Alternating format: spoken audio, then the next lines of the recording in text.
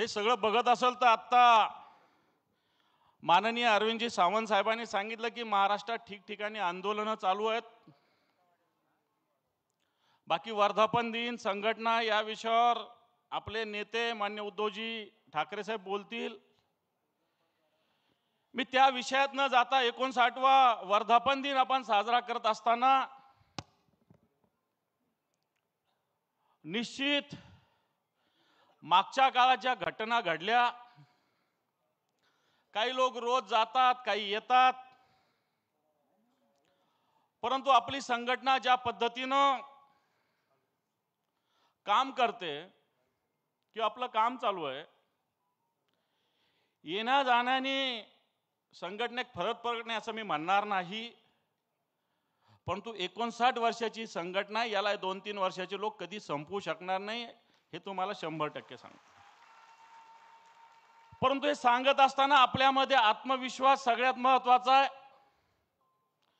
जनतेमध्ये जाणं सगळ्यात महत्त्वाचं आहे। आणि जनतेत जाणारे आज कोण असेल तर ती फक्त या महाराष्ट्रात उद्धवजी ठाकरे साहेबांच्या नेतृत्वाखालची शिवसेना आहे, लक्षात ठेवा। बाकीचे लोक कागदावर काही गोष्टी करत असतील, सांगत असतील की हा आमच्याकडे आला, कुत्त्याबरोबरचा आमच्याकडे आला असे सांगत असतील। हा कुत्ता ज्याच्याबरोबर जात होता त्याचा जो आपल्याकडे होता तेव्हा आपल्याला नाव ठेवलं जायचे, आणि आता कुत्त्याबरोबरचा माणूस दुसऱ्याकडे गेला तर बदल झाला। मला वाटतं हे कुत्रे असे कसे चालतात यांना हे कळत नाही। मग अशी स्थिती असताना आम्ही मराठवाड्यामध्ये मागच्या 5 जून ते 12 जून एक आंदोलन घेतलं। त्याच्या आधी संभाजीनगरात जवळपास 35 दिवसाचं रेकॉर्डेड लागोपाठ 35 दिवसाचं आंदोलन एक शिवसेनेनं केलं होतं। त्याला माननीय आदित्यजी ठाकरे साहेब आले होते, आणि त्यानंतर संपूर्ण मराठवाडा व्यापी आंदोलन आम्ही 5 जून ते 12 जून असं 8 दिवसाचं आंदोलन केलं। आणि या आंदोलनाला नाव दिलं होतं क्या हुआ तेरा वादा। एका युवा सेनेच्या कार्यकर्त्यांनी त्याला दुसरं नाव दिलं, तुम तो धोखेबाज हो वादा करके, काहीतरी एक दुसरंच नाव दिलं। पण तो क्या हुआ तेरा वादा हा आंदोलनाचं नाव आम्ही दिलं, टॅगलाईन दिली, आणि संपूर्णपणे शेतकऱ्यांचं आंदोलन संपूर्ण मराठवाड्यातले 8 जिल्हे 72 तालुक्यात आणि जवळपास 6000 गावापैकी साहेब आम्हाला त्याचा अभिमान आहे की आम्ही जवळपास 4100 गावात पोहोचलो। या निमित्तानं 4100 गावात याचं रेकॉर्ड आहे आमच्याकडे। आम्ही आंदोलन मराठवाड्यात सुरू केलं असताना सिंपल आंदोलन केली, छोटी छोटीशी आंदोलनं केली, परंतु ही शेतकऱ्याला भावली आणि शेवटच्या टप्प्यात या आंदोलनात शेकडो नव्हे हजारो शेतकरी सहभागी झाले। साहेब आम्ही क्या हुआ तेरा वादा याच्यासाठी म्हटलं होतं की हे जे सरकार आलेलं आहे आत्ताचं, या सरकारने विधानसभेच्या निवडणुकीमध्ये एक संकल्प पत्र काढलं होतं, विशेषतः भारतीय जनता पार्टीने, आणि महायुतीनं मिळून एक 25 कलमी टॉप कार्यक्रम काढला होता। या 25 कलमातले फक्त 10 शेतकऱ्यांचे कलम घेऊन आम्ही हे आंदोलन उभा केलं आणि सरकारला विचारलं की हे जे 10 कलम हे तुम्ही कधी पूर्ण करणार, तुम्ही केलेले वायदे कधी पूर्ण करणार। मग शेतकऱ्याची कर्जमाफी असेल, शेतकऱ्याचा जीएसटी परत देण्याचा मुद्दा असेल, पीक विम्याचा मुद्दा असेल, हमी भावाचा मुद्दा असेल, शेतकऱ्यांना मिळणारी वीज असेल, हे छोटे छोटे मुद्दे नव्हे तर हे महत्त्वाचे मुद्दे आहे। हे आम्ही घेऊन आंदोलन केलं, आणि आंदोलन उगाच केलं नाही, कारण उद्धवजींचं सरकार 2019ला आलं होतं। त्यावेळेच्या प्रचारात माननीय उद्धवजी ठाकरे साहेबांनी शेतकऱ्याला कर्जमुक्तीचं आश्वासन दिलं होतं। उद्धवजी ठाकरे साहेब आश्वासन देत नाही तर वचन देतात, आणि सरकार आल्यानंतर पहिल्याच कॅबिनेटमध्ये 2 लाखाची कर्जमाफी फक्त एका थंबवर केली होती। फक्त एक अंगठा शेतकऱ्याला द्यावा लागला होता, आणि 2 लाखाची कर्जमाफी माननीय उद्धवजींच्या सरकारने केली होती। आणि मग जनतेला शेतकऱ्यांना वाटलं असेल की यावेळेस सुद्धा कर्जमाफी होईल, परंतु आपण ऐकलं असेल की ज्या पद्धतीनं अजितदादा पवार म्हटले की 31 मार्चच्या आत कर्ज फेडा, आणि म्हणे कर्ज माफीचं आश्वासन सरकार विसरलं. आम्ही या आंदोलनाच्या पहिल्या दिवशी तहसीलला निवेदन द्यायचं ठरलं होतं. 72 पैकी 68 तालुक्यात आम्ही निवेदन दिलं. दुसरे 2 दिवस आम्ही सत्ताधारी पक्षाचे आमदार असतील, खासदार असतील, मंत्री असेल यांच्या दारात जायचं ठरवलं होतं. व्यक्तिगतरित्या नाही, त्यांनी जिथं सांगाल तिथं कार्यालय असेल त्यांचं, तिथं घर असेल तिथे. तर मराठवाड्यातले सगळे शिवसेनेचे पदाधिकारी, तिथला आमदार असेल सत्ताधारी पक्षाचा, खासदार असेल, मंत्री असेल, यांच्या घरी जाऊन आम्ही निवेदन दिलं. हे दुसरं आंदोलन. आणि त्याच्यानंतर जसं तालुका जिल्हा स्तरावरचे लोक असं मंत्री किंवा आमदाराच्या घरी जात होते, मराठवाड्यात असलेल्या 6-6.5 हजार गावापैकी जवळपास 4200-4300 गावामध्ये प्रत्येक ग्रामसभेमध्ये, प्रत्येक ग्रामपंचायतीमध्ये शिवसैनिकांनी 4190 गावामध्ये निवेदन दिलं. खऱ्या अर्थानं संघटनेचं हा आंदोलन असताना आपली संघटना कुठपर्यंत पोहोचते हा पण सगळ्यात महत्वाचा मुद्दा असतो. आणि आम्ही या 72 तालुक्यातल्या जवळपास 4000 वर गावामध्ये शिवसेनेच्या शाखेनं प्रत्येक ठिकाणी पत्र दिलं. नंतर आम्ही तिसऱ्या टप्प्यामध्ये प्रत्येक तालुक्यात फक्त 15 ग्रामसभा, गावसभा, गाव बैठका घ्यायचं आम्ही ठरवलं होतं. फक्त 15. 1080 गाव बैठका मराठवाड्यात 3 दिवसामध्ये आम्ही घेतल्या साहेब. 3 दिवसात 1080 गाव बैठका घेतल्या. 1080, छोट्या असतील मोठ्या असतील, 25 लोक असतील, नाही तर 50 लोक असतील, नाही तर 500 लोक असतील.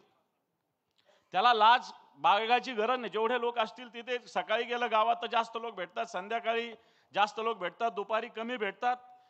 जे काय असेल त्या पद्धतीनं आम्ही 1080 गावात गेलो. नंतरचा टप्पा आला तालुका स्तरावर मोर्चा. आम्ही ट्रॅक्टर आणि बैलगाडीचे मोर्चे 72 तालुक्यात, जवळपास 64 तालुक्यामध्ये ट्रॅक्टर मोर्चे निघाले आणि 6 तालुक्यामध्ये बैलगाड्याचे आम्ही मोर्चे काढले. 2 तालुक्यात आंदोलनं झाली नाही. थोडक्यात संघटनेचे आंदोलन 70 तालुक्यात पूर्णपणे झालं. आणि शेवटच्या टप्प्यात आम्ही जिल्हा स्तरावर चक्काजाम आंदोलन करायचं ठरवलं होतं. सगळ्या जिल्ह्यामध्ये अशा पद्धतीनं शेकडो नव्हे हजारो शिवसैनिकांमध्ये हे आंदोलन झालं. हिंगोली नांदेडचे संपर्क प्रमुख थोरात आहेत, ते आले होते नांदेड आणि हिंगोलीच्या आंदोलनाला. बाकी तिथल्या सगळ्या जिल्हा प्रमुखांनी, तालुका प्रमुखांनी, आमदारांनी हे आंदोलन मोठ्या प्रमाणावर केलं. मी का सांगतोय, कारण अशा आंदोलनातून गाव पातळीच्या शिवसैनिकाला एक आंदोलन मिळालं. आंदोलन मिळत असता ज्याचा चेहरा हिरमुसलेला होता तो प्रसन्न झाला. मला असं वाटतं येणाऱ्या काळात इथं नेते बसलेले, मी त्याच्यामध्ये आहे, की शिवसैनिकाला जर प्रोग्राम दिला ना, ते कोणाचाही प्रोग्राम करू शकतात. त्याला कार्यक्रम देण्याची गरज आहे फक्त, आपण त्याला कार्यक्रम देण्याची आवश्यकता आहे. आणि म्हणून हे आंदोलन मराठवाडा व्यापी होत असताना आम्ही 23 तारखेला सगळ्या बँकांकडे जाणार आहे. आता 23 तारखेला सोमवारच्या दिवशी ज्या ज्या बँका शेतकऱ्यांना कर्ज देतात या बँकांच्या मॅनेजरकडे जाणार आहे. शांततेत आंदोलन आहे. कारण 2-2 महिन्यापासून शेतकऱ्यांनी कर्जासाठी अर्ज केलेला आहे. अर्ज एक तर मंजूर करा, नाही तर रिजेक्ट करा. एकीकडे मुंबईत बसून मुख्यमंत्री, उपमुख्यमंत्री सांगतात की शेतकऱ्याचं सिबिल बघितलं जाणार नाही. सिबिल बघितल्याशिवाय एकही बँक कर्ज देत नाही. म्हणून शेतकरी आता अतिशय अडलेला आहे, नडलेला आहे. तुळजापूरला एक शेतकरी 3 दिवसापासून उपोषणाला बसलेला आहे. बीडला एका शेतकऱ्यांनी कालच्या दिवशी मुलीचं ऍडमिशन करायचंय त्याला, या मुलीच्या ऍडमिशनला पैसे नाही, त्यांनी एका बँकेच्या दारात गळफास घेतलेला आहे काल. अशा घटना होत असताना मला वाटतं शिवसेना स्वस्थ बसणार नाही. म्हणून 23 तारखेला आम्ही बँकांची, प्रत्येक बँकात जाऊन धडकणार आहोत की शेतकऱ्यांची कर्ज मंजूर का होत नाही. सरकार खोटं बोलतंय, शेतकऱ्याची कर्जमाफी सरकार करत नाही. याच मुख्यमंत्र्यांनी सांगितलं होतं की शेतकरी सन्मान योजना 15,000 रुपये देऊ. वाटतं ग्रामीण भागातील जे शिवसैनिक आहेत त्यांना मी सांगतो की 6,000 केंद्राची येतात. राज्यांनी सांगितलं होतं, नमो योजना केली होती की केंद्राच्या 6,000 बरोबर राज्याचे 6,000 रुपये देऊ, मागच्या काळात राज्याचा 1 रुपया आलेला नाही. मला वाटतं ही जागृती गावोगाव आवश्यकता आहे. 1 रुपयात पीक विमा योजना बंद झालेली आहे शेतकऱ्याची. येणाऱ्या काळामध्ये 4 ट्रिगर होते विमा मंजूर व्हायचा, आता एकच ट्रिगर राहिलेलं आहे. मी सगळ्या ग्रामीण भागातील शिवसैनिकांना बसलेल्या पण आणि बाहेर पण ऐकत असतील त्यांना सांगतो की आता एकाच ट्रिगरने विमा मंजूर होणारे पीक कापणी प्रयोगावर वाटतं याच्या विरोधात सुद्धा आपल्याला लढा उभारावा लागणार आहे. हेच सरकार म्हटलं होतं की हा बळीराजा अन्नदाता बनेल ऊर्जादाता. साहेब हा मोठा विषय सगळ्या खासदारांच्या मी कानावर घालतो. ठिकठिकाणी गावोगाव सौर ऊर्जेसाठी पंतप्रधानाची योजना आहे. या योजनेतून गावोगाव 3 HP मोटारीला 22,500, 5 HP मोटारीला 32,500, 7 HP मोटारीला 42,500 रुपये जमा झालेले. प्रत्येक गावात या महाराष्ट्रातले 36 जिल्हे बघितले, 2 मुंबईचे सोडले, 34 जिल्ह्याचा जर हिशोब लावला, एकेका जिल्ह्यामध्ये 60,000, 70,000 ते 1 लाख शेतकऱ्यांनी ॲव्हरेज 25,000, 30,000 रुपये जरी भरले असेल तर या सरकारकडे 6,500 कोटी रुपये 1 वर्षानं शेतकऱ्याची जमा आहे. हा मोठा विषय आहे. 6,500, 6,500 कोटीच्या वर रक्कम सौर ऊर्जेसाठी शेतकऱ्याची जमा आहे. अजून साधं 1.5 लाख सौर ऊर्जेचा पंप द्यायचं सुद्धा टेंडर निघालेलं नाहीये. मी ग्रामीण भागातील शिवसैनिकाला सांगतो की लाईट मिळत नाही. मुंबईमध्ये 2 मिनिट वीज गेली तर टाइम्स ऑफ इंडियात बातम्या येतात. राज्याच्या देशाच्या मोठ्या मोठ्या याच्यात बातम्या येतात की 2 मिनिटं लिफ्ट बंद पडली तर शेतकऱ्याला 8 तास वीज दिली जाते, सांगितली जाते, 4-7 तास सुद्धा मिळत नाही, तेही रात्री. त्याचाही टाइम टेबल आहे, 10 ते 4, रात्री 10 ते 4 लाईट मिळते. आणि या 10 ते 4 मध्ये सुद्धा 1-1 तास 2-2 तास वीज जाते. आणि म्हणून हे सरकार म्हणलं होतं अन्नदाता बनेल ऊर्जादाता. ऊर्जादाता या शेतकऱ्याला बनवू दिलं जात नाही. उलट या शेतकऱ्याचे हजारो कोटी रुपये सरकारने ठेवलेले आहे. 9.5 लाख कोटी रुपयाचं, लाख कोटीचं कर्ज आज प्रत्येक या महाराष्ट्राच्या डोक्यावर आहे. आणि म्हणून बांधवांनो, हा शेतकऱ्याचा विषय आहे. शेतकऱ्याचं हे आंदोलन आहे. मी उगाच म्हटलो नाही की मुंबई ठाकरेंचीच, अरे हा महाराष्ट्र ठाकरेंचाच आहे. आज आपण गावोगाव हे आंदोलन पेटवण्याची आवश्यकता आहे. संघटना आदेश देईल न देईल, गाव पातळीवरचे शेतकऱ्यांचे विषय महत्वाचे आहे. आणि म्हणून मी आपल्याला आवाहन करेल की आमचा अनुभव सांगतो. मराठवाड्यातला आंदोलनाला प्रचंड प्रतिसाद मिळाला. हजारो लोक सहभागी झाले. गावोगावातले शेतकरी आले. गाव बैठकामध्ये येऊन शेतकऱ्यांनी बोलायला सुरुवात केली, आपापली भूमिका मांडायला सुरुवात केली. वाटतं येणाऱ्या काळामध्ये आपल्याला जावं लागेल. निवडणुका येतात, निवडणुका जातात. शिवसेना ही 80% समाजकारण करणारी संघटना आहे, फक्त निवडणुका जिंकणारी किंवा हरणारी संघटना नाही. म्हणून येणाऱ्या काळामध्ये मला असं वाटतं हा शेतकऱ्यांचा विषय घेऊन मराठवाड्यात नव्हे तर महाराष्ट्रात आपल्याला लढा द्यावा लागेल. बँकांच्या विरोधात रस्त्यावर उतरावं लागेल. पीक विमा कंपन्यांकडे 2-2, 3-3 वर्षाचा विमा पडलेला आहे. शेतकऱ्यांना 72 तासात पंचनामा करा सांगतात, पण विमा मंजूर होऊन 2-2 वर्षानं विमा अजून मिळत नाही, अशा प्रकारची स्थिती आहे. या राज्यातला अजून 410 कोटी रुपये विमा शेतकऱ्यांचा विमा कंपन्यांकडे 2 वर्षाचा. सरकारने NDRFचे निकष आधी लावले होते, ते आता बदललेले आहे. आज 2 हेक्टरला 2 हेक्टरच्या ऐवजी 3 हेक्टरला मदत द्यायचं सरकारने डिक्लेअर केलं होतं. जी NDRFचे निकष त्याच्यापेक्षा 1.5 पटीनं देण्याचा निकष दिला होता, हा सरकारने रद्द केला 15 दिवसापूर्वीच्या कॅबिनेटमध्ये. सरकार रोज वेगवेगळ्या पद्धतीनं मुद्रांक शुल्क माफ, कोणाकोणाचं माफ, अदानीचं माफ, बिल्डरांचं माफ, आणि शेतकऱ्याच्या कर्जमाफीला सरकारकडे पैसे नाही. आणि म्हणून मला असं वाटतं हा कर्जमुक्तीचा लढा आपल्याला उभा राहावा लागणार आहे. हा शेतकऱ्यांचा मुद्दा आपल्याला लढा उभा राहावा लागणार आहे.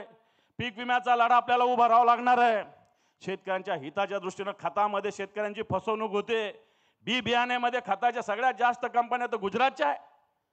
आणि म्हणून या सगळ्या विरुद्ध लढा मराठवाड्यात शिवसेनेने उभा केला. हा लढा आता सुरुवातीचा होता, हा लढा व्यापक स्वरूप द्यायचा आहे. मी सगळ्यांना आवाहन करेल, मी माननीय सगळ्या नेत्यांना आवाहन करेल की हा लढा महाराष्ट्रात गेला पाहिजे, महाराष्ट्रातल्या गावगावात गेला पाहिजे. आणि येणाऱ्या काळामध्ये पुढच्या वेळेस बॅनर लागलं पाहिजे, मुंबई ठाकरेंचीच नाही तर महाराष्ट्रात ठाकरेंचाच. आणि येणाऱ्या काळात हा संकल्प आपण सगळे मिळून करू, एवढंच सांगतो आणि थांबतो. धन्यवाद. जय हिंद, जय महाराष्ट्र.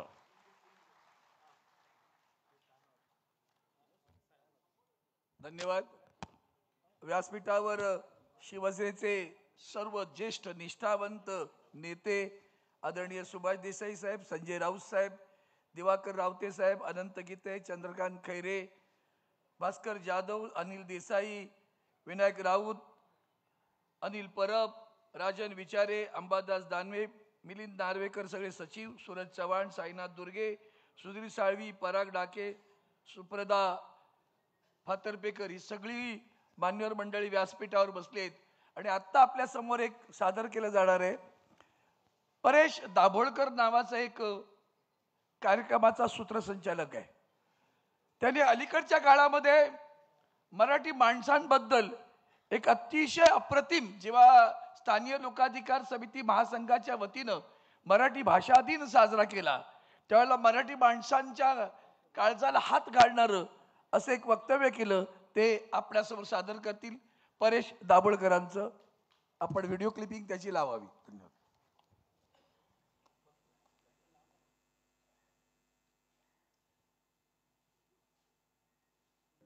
मला थोडीशी विस्तृत ओळख.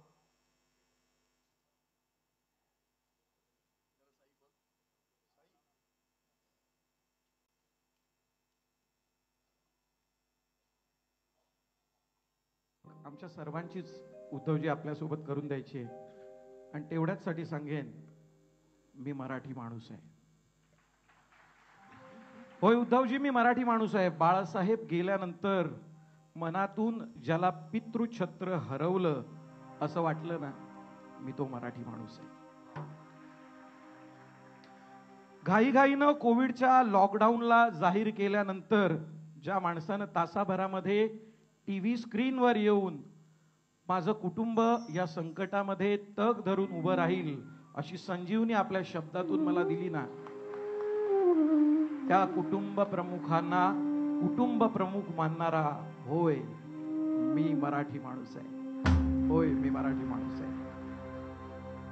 तुमचं मुख्यमंत्री पद जेव्हा घोषित झालं ना उद्धवजी, तेव्हा ज्याच्या घरामध्ये दिवाळी साजरी झाली ना, आनंद झाला, रस्त्यावरती ज्यांनी फटाके वाजवले ना, तो मी मराठी माणूस आहे. जेव्हा कोविड काळ आला तेव्हा घरामध्ये कामधंदा नसल्यामुळे अन्न नव्हतं, पण तुमच्याच पक्षाच्या माध्यमातून जे किट आलं ते अन्न शिजवून, किंवा ज्याच्याकडे ती व्यवस्था नव्हती पण त्यातूनही जो शिवभोजन जेवून रात्री ढेकर देऊन तृप्तीनं झोपला ना, तो मी मराठी माणूस आहे. मुंबईत कितीही बिकट परिस्थिती आली तरी छातीचा कोट करून माझ्या कुटुंबासमोर उभा राहून माझ्या कुटुंबाचं संरक्षण शिवसेना करेल हा विचार करणारा मी मराठी माणूस आहे. रुग्णालयात जायची वेळ आली ना तर पहिली ॲम्ब्युलन्स बोलावून घेऊन येणारा, रक्ताची गरज भासली तर स्वतःचं रक्त देणारा, आणि अशा वेळेला जेव्हा कुणीतरी जातं आणि अव्वाच्या सव्वा बिल आलं असतं ना, तेव्हा त्या हॉस्पिटलच्या ॲडमिनिस्ट्रेशनची कॉलर धरणारा जो शिवसैनिक आहे ना, त्याच्या प्रेमात असलेला मी मराठी माणूस आहे. आदित्य साहेबांच्या संकल्पनेतून महापालिकेमध्ये शाळातून शिकणाऱ्या विद्यार्थ्याचा मी पालक आहे. होय मी मराठी माणूस आहे. आमच्या मुलांच्या शाळा कॉलेजासाठी सातत्यानं झगडणारे, त्यांच्या ॲडमिशनसाठी नेहमीच राबत असणारे, जेव्हा शालेय वर्ष सुरू होतं तेव्हा वह्या वाटणारे, लोकांना पावसाळ्याआधी छत्री देणारे आणि शालांत परीक्षा झाल्यावरती गुणगौरव समारंभ आयोजित करणाऱ्या प्रत्येक आमदार, खासदार, शाखा प्रमुखाचा आभारी असलेला, होय मी मराठी माणूस आहे. मुंबई महापालिकेमध्ये जमा केलेल्या ठेवी कुणी केल्या आणि सागरी महामार्गाचं श्रेय कुणी जरी घेतलं तरी त्यामागे तुमचा खंबीर हात होता याची जाण असलेला, होय मी मराठी माणूस आहे. ज्याला नेहमीच आत्महत्येनंतर झाडाला टांगलं गेलेलं दाखवलं गेलं ना, त्याला संपूर्ण कर्ज माफी देऊन त्याच्या चेहऱ्यावरती तुम्ही आनंद आणलात, तो आनंदानं हसलेला महाराष्ट्राचा शेतकरी, होय मी मराठी माणूस आहे. तुमचं मुख्यमंत्री पद हिरावल्यानंतर तुम्ही आणि वहिनी अगदी हसऱ्या चेहऱ्यानं वर्षावरना घरी निघालात. पण तरी सुद्धा तुम्हाला बघून टीव्ही स्क्रीन समोर डोळे डबडबून जो रडला ना, मी तो मराठी माणूस आहे.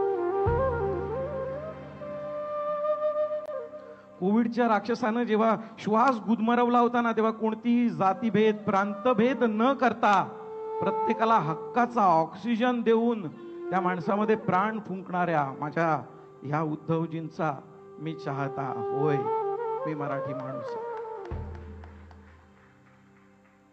आणि येत्या काळामध्ये कुणीही मातब्बर आला, कोणतीही महाशक्ती जरी आली, तरी या मुंबईचा महापौर हा मराठी झाला पाहिजे. उत्तुंग भरारी हा विचार करणारा मी मराठी माणूस आहे. मी मराठी माणूस आहे.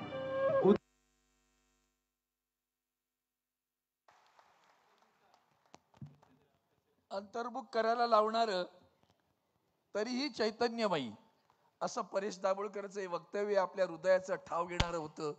त्या परेश दाभोळकरांसाठी पुन्हा एकदा जोरदार टाळ्या वाजवा.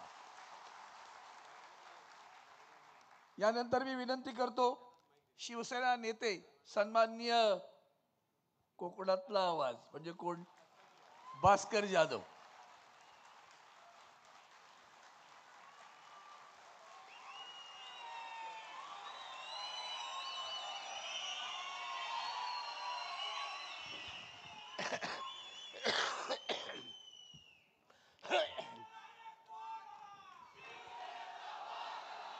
छत्रपती शिवराय, हिंदू हृदय सम्राट, शिवसेना प्रमुख माननीय बाळासाहेब ठाकरे, आपल्या पक्षाचे पक्षप्रमुख आणि महाराष्ट्र राज्याचे माजी मुख्यमंत्री आदरणीय उद्धवसाहेब ठाकरे, आपल्या शिवसेनेचे नेते आणि युवा सेना प्रमुख श्री आदित्यजी ठाकरे, व्यासपीठावर उपस्थित असलेले शिवसेनेचे ज्येष्ठ नेते आदरणीय देसाई साहेब, आदरणीय रावते साहेब, आदरणीय राऊत साहेब, गीते साहेब, खैरे साहेब आणि सर्वच मान्यवर मंडळी आणि मोठ्या संख्येनं उपस्थित असलेल्या सहकारी बांधवांनो, भगिनींनो आणि मित्रांनो, आपल्या पक्षाचा हा 59वा वर्धापन दिन आहे आणि त्यानिमित्तानं आपण सगळे लोक माझ्यासह आज आदरणीय उद्धव साहेब आपल्याला नेमकं कोणतं मार्गदर्शन करणार, आपल्याला काय आदेश देणार, याच्याकडे माझंच नाही तर उभ्या देशाचं लक्ष लागून राहिलेलं आहे. गेल्या ह्या 4-2 महिन्यामध्ये देशामध्ये ज्या काही घटना घडलेल्या आहेत त्या घटनेसंदर्भामध्ये नक्कीच उद्धव साहेब या ठिकाणी भाष्य करतील आणि त्यांनी केलंच पाहिजे. कारण शेवटी उद्धव साहेबांचं भाषण, उद्धव साहेबांचं भाष्य आणि सामना पेपरमध्ये राऊत साहेबांनी लिहिलेले अग्रलेख याच्यावर देशामधल्या विविध चॅनलवर त्या ठिकाणी चर्चा होतात. तो लेख म्हणजे शिवसेनेचं मत, शिवसेना पक्षप्रमुख यांचं मत, अशा अर्थानं त्या ठिकाणी प्रत्येक वाक्याचा आणि प्रत्येक शब्दाचा त्या ठिकाणी अर्थ आणि अर्थ त्या स्क्रीनवर दाखवला जातो आणि त्याच्यावर चर्चा संवाद होत असतात. बांधवांनो, भगिनीनो, गेल्या 2.5, 3, 4 वर्षामध्ये आपल्या शिवसेनेवर अनेक प्रकारची संकट आली. 35 वर्ष ज्यांच्याबरोबर मैत्री झाली, ज्यांचा महाराष्ट्रामध्ये नामोल्लेख सुद्धा नव्हता, लवलेश सुद्धा नव्हता, ते शिवसेनेच्या करंगळीला धरून केवळ महाराष्ट्राचे राज्यकर्ते झाले नाहीत तर देशाचे राज्यकर्ते झाले. देशाचे राज्यकर्ते झाल्यानंतर ज्या मित्रामुळं, ज्यांच्या विचारांमुळं, ज्यांनी पहिल्यांदा या देशामध्ये हिंदुत्वाची भूमिका मांडली, त्या शिवसेनेमुळं आज आपण देशाच्या तख्तावर बसलेलो आहोत, देशाच्या गादीवर बसलेलो आहोत. याचं भान न ठेवता कैलासवासी हिंदू हृदय सम्राट, शिवसेना प्रमुख माननीय बाळासाहेब ठाकरे यांच्या निधनानंतर हीच खऱ्या अर्थानं शिवसेना संपवण्याची वेळ आहे, अशा प्रकारचा दुष्ट हेतू मित्रांनी म्हणजेच भारतीय जनता पार्टीने ठेवला. आणि त्या भारतीय जनता पार्टीला असं वाटलं की हीच खऱ्या अर्थानं शिवसेना संपवण्याची वेळ आहे. आणि त्या वेळेला कुठलंही कारण नसताना 2014 साली भारतीय जनता पार्टीने शिवसेनेबरोबरची युती तोडली. युती तोडल्यानंतर अख्ख्या देशातली त्यांची जेवढी जेवढी राज्य होती तेवढी तेवढी राज्य त्यांनी या ठिकाणी महाराष्ट्रामध्ये उद्धव साहेबांच्या पक्षाच्या विरोधात निवडणुकीला उतरवली. अचानकपणे विश्वासघात केला. एकाएकी निवडणूक लढण्याकरता म्हणून योद्धा म्हणून उद्धव साहेब त्या ठिकाणी मैदानामध्ये उतरले आणि आपल्या सर्वांची छाती गर्वानं फुलून येईल एकट्याच्या बळावर उद्धव साहेबांनी त्यावेळेला 63 आमदार निवडून आणले हे आपल्या सर्वांना ज्ञात आहे. त्यानंतर युती करण्याकरता म्हणून मातोश्रीवर खेपा घालणारे अमित शहा आज देशाचे गृहमंत्री आहेत. त्या ठिकाणी काय चर्चा झाली नाही याचा उल्लेख स्वतः देवेंद्र फडणवीस आजचे मुख्यमंत्री आहेत त्यांनी आपल्या मुलाखतीमध्ये केला. नंतर ते 2019 साली बदलले. पहिल्यांदा आज ते आपल्यावर आरोप करताना सांगतात तुम्ही हिंदुत्व सोडलं, तुम्ही काँग्रेस बरोबर गेला. पण ते 80 तासाचं सरकार आठवा सर्वांनी, आपण देखील होला हो म्हणतो. आणि त्यावेळेला पहिल्यांदा अजित पवारांबरोबर युती करून आघाडी करून जर महाराष्ट्राचे मुख्यमंत्री पहिल्यांदा कोणी जर केलं असेल आणि शिवसेनेच्या पाठीमध्ये खंजीर खुपसण्याचं काम जर कोणी केलं असेल तर ते भारतीय जनता पार्टीने केलं, देवेंद्र फडणवीसांनी केलं. पहिल्यांदा देवेंद्र फडणवीसांनी केलं. हेतू पुरस्कार आपलं पाप लपवून ठेवायचं आणि उद्धव साहेबांच्यावर आरोप करायचा आणि मग त्यांना धडा शिकवण्याकरता म्हणून त्यांचं 80 तासामध्ये सरकार पाडण्यात आलं. त्यानंतर उद्धव साहेबांच्या कारकिर्दीमध्येच कोरोनासारखं संकट आलं. कोरोनाच्या संकटातून कुठेतरी बाहेर पडतो महाराष्ट्र. त्यावेळेला उद्धव साहेबांच्यावर एक खूप खूप मोठी शस्त्रक्रिया करण्यात आली. गेले 2.5-3 वर्ष तुम्ही बघा चारी बाजूने उद्धव साहेबांची शिवसेना संपवण्याचं काम सातत्याने केलं जात आहे. उद्धव साहेबांच्या शिलेदारांच्यावर कोणावर ईडी, कोणावर सीबीआय, कोणावर SIT, कोणावर इन्कम टॅक्स, कोणावर पोलिस चौकशी, अशा प्रकारच्या चौकशा लावून त्या ठिकाणी प्रत्येकाला नामोहरम करण्याचं काम हे सातत्याने गेले 2.5-3 वर्ष होतंय. काही लोक त्या ठिकाणी घाबरले आणि ते त्यांच्या जाऊन गोटामध्ये सामील झाले. पण आज इथं व्यासपीठावर राऊत साहेबांसारखा एक योद्धा समोर बसलेला आहे. त्यांनी परवाच्या दिवशी एक पुस्तक लिहिलं, नरकातला स्वर्गातला नरक, नरकातला स्वर्ग अशा पद्धतीचं त्याने एक पुस्तक लिहिलं. मी आपल्याला कळकळीनं विनंती करणार आहे की आपण शिवसैनिकांनी ते प्रत्येकानं पुस्तक वाचलं पाहिजे आणि ते पुस्तक वाचल्यानंतर एक योद्धा सुद्धा त्यांना कसा भारी पडू शकतो त्याचं उत्तम उदाहरण म्हणजे ते पुस्तक आहे. दुसरं पुस्तक अनिल देशमुख माजी गृहमंत्री ज्यांच्यावर 100 कोटीचा आरोप केला गेला, त्यांनी सुद्धा त्या ठिकाणी diary of the home minister म्हणून एक पुस्तक लिहिलं. तेही पुस्तक आपण वाचलं पाहिजे.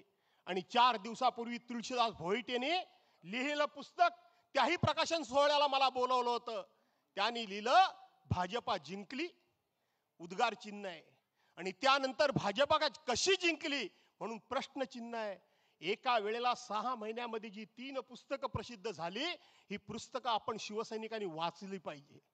आजचा लढा हा रस्त्यावरचा लढा जरूर आहे, परंतु आजची लढाई आहे ती सोशल मीडियाची आहे.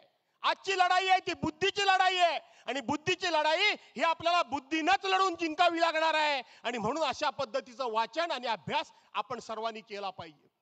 चारी बाजूने उद्धव साहेबांना घेरण्याचा प्रयत्न झाला, पण आपल्याला अभिमान वाटतो की सगळ्या बाजूने असा उद्धव साहेबांना त्या ठिकाणी नामोहरम करण्याचा प्रयत्न केला, त्यांना गुडघ्यावर आणण्याचा प्रयत्न केला, त्यांना खच्ची करण्याचा प्रयत्न केला, त्यांच्या कुटुंबापासून नाना तऱ्हेचे आरोप करून त्यांना नामोहरम करण्याचा प्रयत्न केला.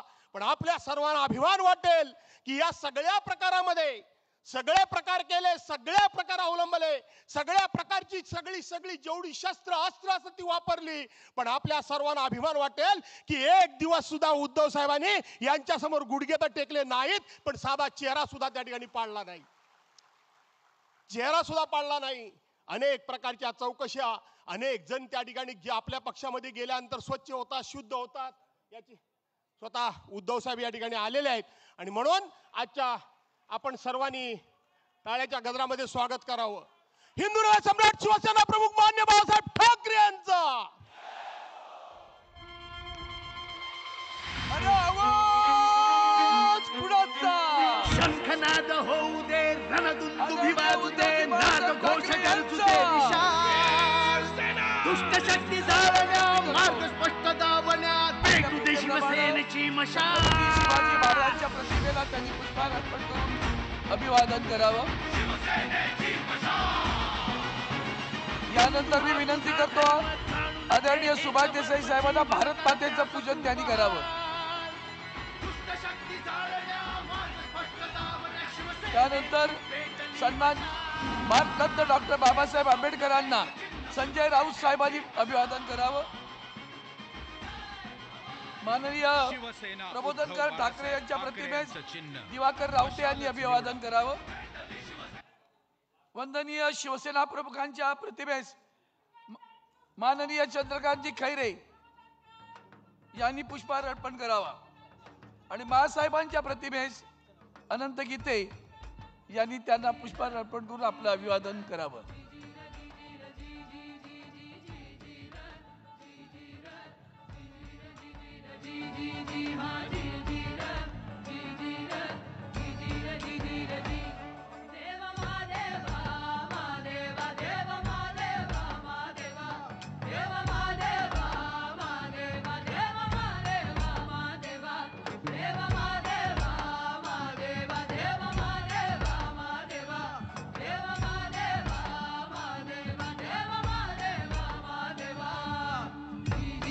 यानंतर शिवसेनेचे युवासेना प्रमुख माननीय आदित्यजी ठाकरे साहेब यांचं सुद्धा जोरदार टाळ्यांच्या गजरात स्वागत करा.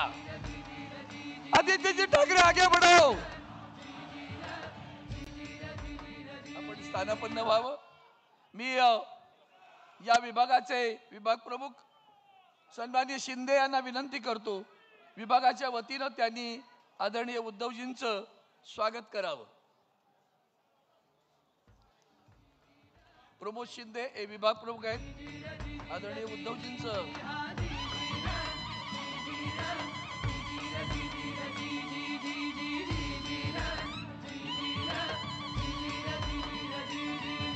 युवासेना आणि शिवसेना सायन कोळीवाडा विधानसभेच्या वतीनं आदरणीय उद्धवजींना आणि आदित्यजींना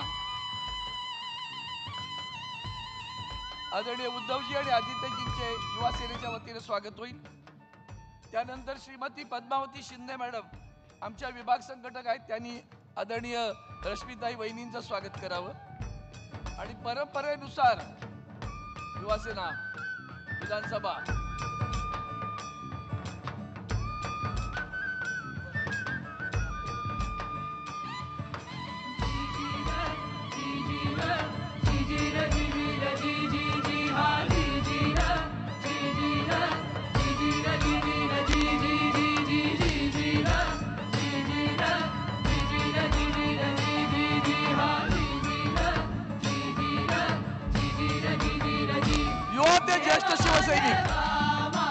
ज्येष्ठ शिवसैनिक सगळे इथे आदरणीय उद्धवजींचं जोरदार स्वागत करत आहेत.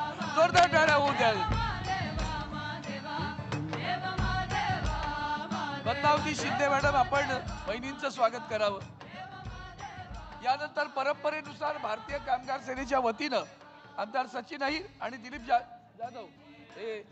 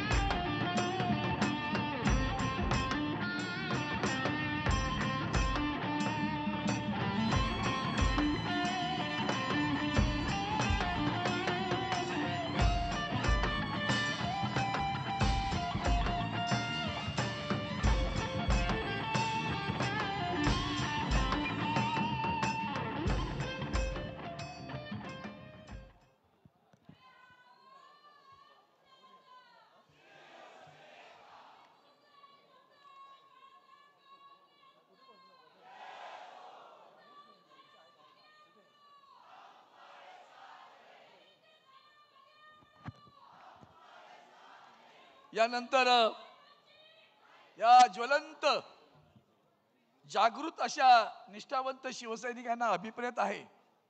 तुम्हाला कल्पना यानंतर कोण बोलणार. आजचा सामनाचा अग्रलेख सगळ्यांनी वाचला का? निश्चित वाचला ना? माग पेटली की नाही? एवढे सगळे अन्याय होऊन सुद्धा ज्यांची लेखणी आणि वाणी अशी काही परचत असते की ती रोज जबरदस्त धमाका उडवते, असे शिवसेनेचे नेते आदरणीय संजय राऊत साहेब यांना विनंती करतो की त्यांनी आता संबोधावं.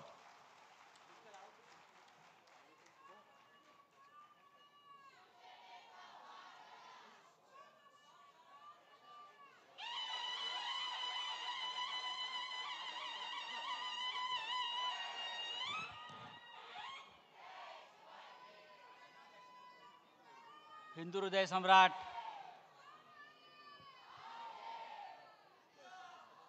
शिवसेना प्रमुख माननीय बाळासाहेब ठाकरे यांना अभिवादन करतो. या शिवसेनेचं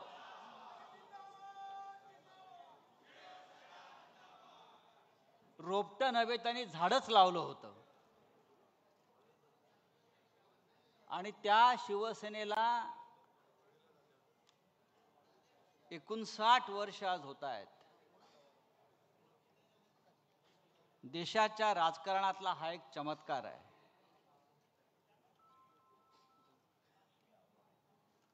सन्माननीय शिवसेना पक्षप्रमुख उद्धवजी ठाकरे, युवासेना प्रमुख आदित्यजी ठाकरे, व्यासपीठावरील सर्व शिवसेनेचे मान्यवर नेते आणि या सभागृहात उपस्थित असलेले महाराष्ट्राच्या कानाकोपऱ्यातून आलेले सर्व शिवसेनेचे जिल्हा प्रमुख, संपर्क प्रमुख, तालुका प्रमुख, शाखा प्रमुख, आज कोणताही मनोरंजनाचा कार्यक्रम नाही, फक्त विचार देण्याचा कार्यक्रम आहे. मनोरंजनाचा कार्यक्रम ठेवण्याचं फार कारण दिसत नाही, कारण आपलं मनोरंजन करण्याची जबाबदारी या सरकारनं घेतलेली आहे. रोज काहीतरी एक वेगळा कार्यक्रम, ज्याला आपण शो म्हणतो. आज हॉरर शो झाला. आज पाहिलं तर एकदम हॉरर शो, थरारक सिनेमा. कोणीतरी एक मंत्री एका अघोरी बाबासह बसलेला आहे, उघडा बंब टॉवेलवर. त्या अघोरी बाबाच्या हातात कवटी आहे आणि बहुतेक त्याच्या खुर्चीखाली रेड्याचं शिंग असावं असं मला वाटलं. आणि बराच वेळ ती अघोरी विद्येचा कार्यक्रम सुरू होता. मला वाटलं एकेकाळी आमच्या कॉलेज जीवनामध्ये एक रामसे ब्रदर्स होते, रामसे ब्रदर्स. ते असे हॉरर सिनेमे काढायचे आणि आम्हाला भीतीच वाटत नव्हती. तर सकाळी हॉरर सिनेमा पाहिला. या हॉरर सिनेमाचे कलाकार, निर्माते, दिग्दर्शक, त्यांचा सुद्धा आज एक कार्यक्रम कुठेतरी सुरू आहे, हॉरर कार्यक्रम डोममध्ये. या महाराष्ट्रामध्ये इतके आता कार्यक्रम होत आहेत मनोरंजनाचे, तर उद्धव साहेबांनी ठरवलं की आपल्याला अशा कार्यक्रमाची गरज नाही, आपण थेट विचार देऊया.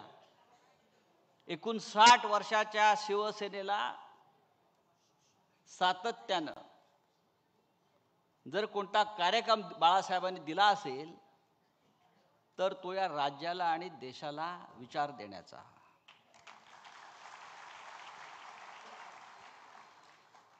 मगाशी अंबादास दानवे या राज्याचे विरोधी पक्षनेते यांनी मराठवाड्यामध्ये त्यांनी जो कार्यक्रम केला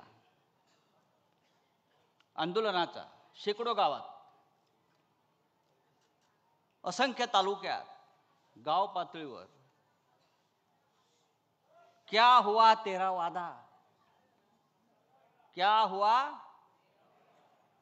ओ कसम ओ इरादा. खरं म्हणजे ह्या सिनेमाचं नाव फार इंटरेस्टिंग आहे शिवसैनिकांसाठी. इथून जाताना तो मंत्र म्हणून घेऊन गेला पाहिजे. त्या सिनेमाचं नाव आहे हम किसी से कम नहीं. इथे समोर बसलेले शेकडो शिवसैनिक त्यांनी आपल्या मनाशी एक आत्मविश्वास, एक निर्धार आणि एक जिद्द पक्की ठेवली पाहिजे कि हम किसी से कम नहीं, शिवसेना किसी से कम नहीं. हिंदुहृदय सम्राट बाळासाहेब ठाकरे यांनी या शिवसेनेची स्थापना केलेली आहे. आज मुंबईत मगाशी आपण म्हणालात ते इकडे तिकडे होर्डिंग लागलेले आहेत. ज्यांचा जन्म 2 वर्षापूर्वी झाला, आपण बरोबर म्हणालात अंबादासजी, त्यांनाही वाटतं आपण 59 वर्षाचे झालो.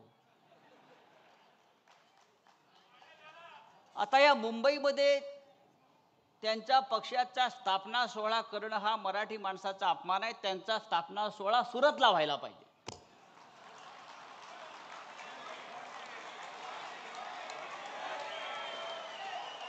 मुंबईत शिवसेनेची स्थापना झाली शिवतीर्थावर बाळासाहेब ठाकरेंनी, उद्धवसाहेब ठाकरेंनी.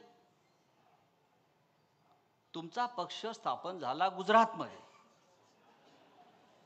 आणि तुम्ही बाळासाहेब ठाकरेंचा फोटो कसा काय लावू शकता? तुमच्या पक्षाचे प्रमुख आहेत अमित शहा. तुमच्या पक्षाचे प्रमुख अमित शहा आहेत, तुम्ही अमित शहांचा फोटो लावा, वाटल्यास नरेंद्र मोदींचा लावा, आमची काही हरकत नाही. तुम्ही बाळासाहेब ठाकरेंचा फोटो 2 वर्षापूर्वी शिवसेनेची तुमच्या काय गटाची स्थापना झालेली आहे. तुमचा या पुढला कार्यक्रम मी त्यांना विनंती करतो किंवा देवेंद्रजींना विनंती करतो, तुम्ही भारतीय जनता पक्षानं त्यांचा पुढल्या कार्यक्रमाची स्पॉन्सरशिप करावी. सरदार वल्लभभाई पटेल खूप मोठे आहेत, त्याचं नरेंद्र मोदी स्टेडियम नाव केलं आहे आता, पण ते इथे करतात कार्यक्रम. पण या सभागृहामध्ये हजारो शिवसैनिक पदाधिकारी जमलेले आहेत. शिवसेना 59 वर्षाची झाली हा या देशातल्या राजकारणातला चमत्कारच आहे. माननीय बाळासाहेब ठाकरेंनी तेव्हा सांगितलं होतं, या देशामध्ये फक्त 2च सेना राहतील, एक भारतीय सेना आणि दुसरी शिवसेना. बाकी सगळ्या गुंडांच्या टोळ्या.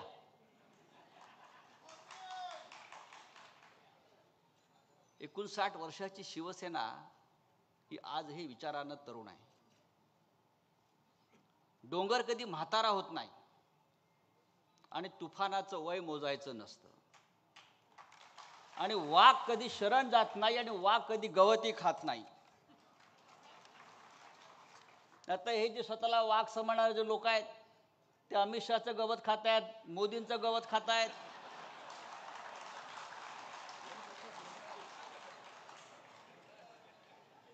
आम्ही असे नाही.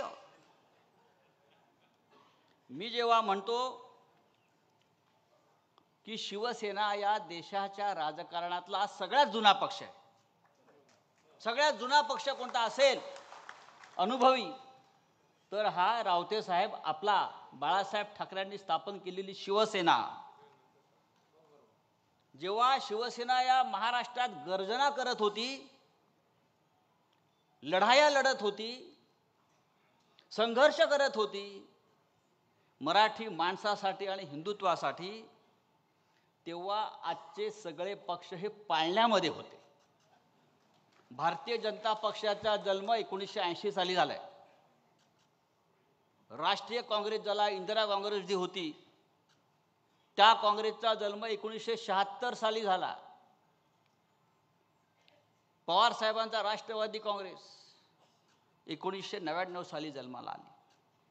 बाकी सर्व पक्ष या देशातले हे शिवसेनेच्या स्थापनेनंतर जन्माला आले, आणि शिवसेना हा एकमेव पक्ष आज आहे असा की त्या पक्षानं आज 59 उन्हाळे, पावसाळे, वादळ, तुफान अंगावर झेललेले आहेत,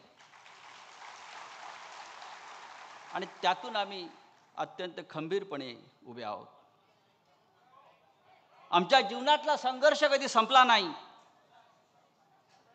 संघर्ष आमचा ऑक्सिजन आहे, संघर्ष आमचा प्राणवायू आहे.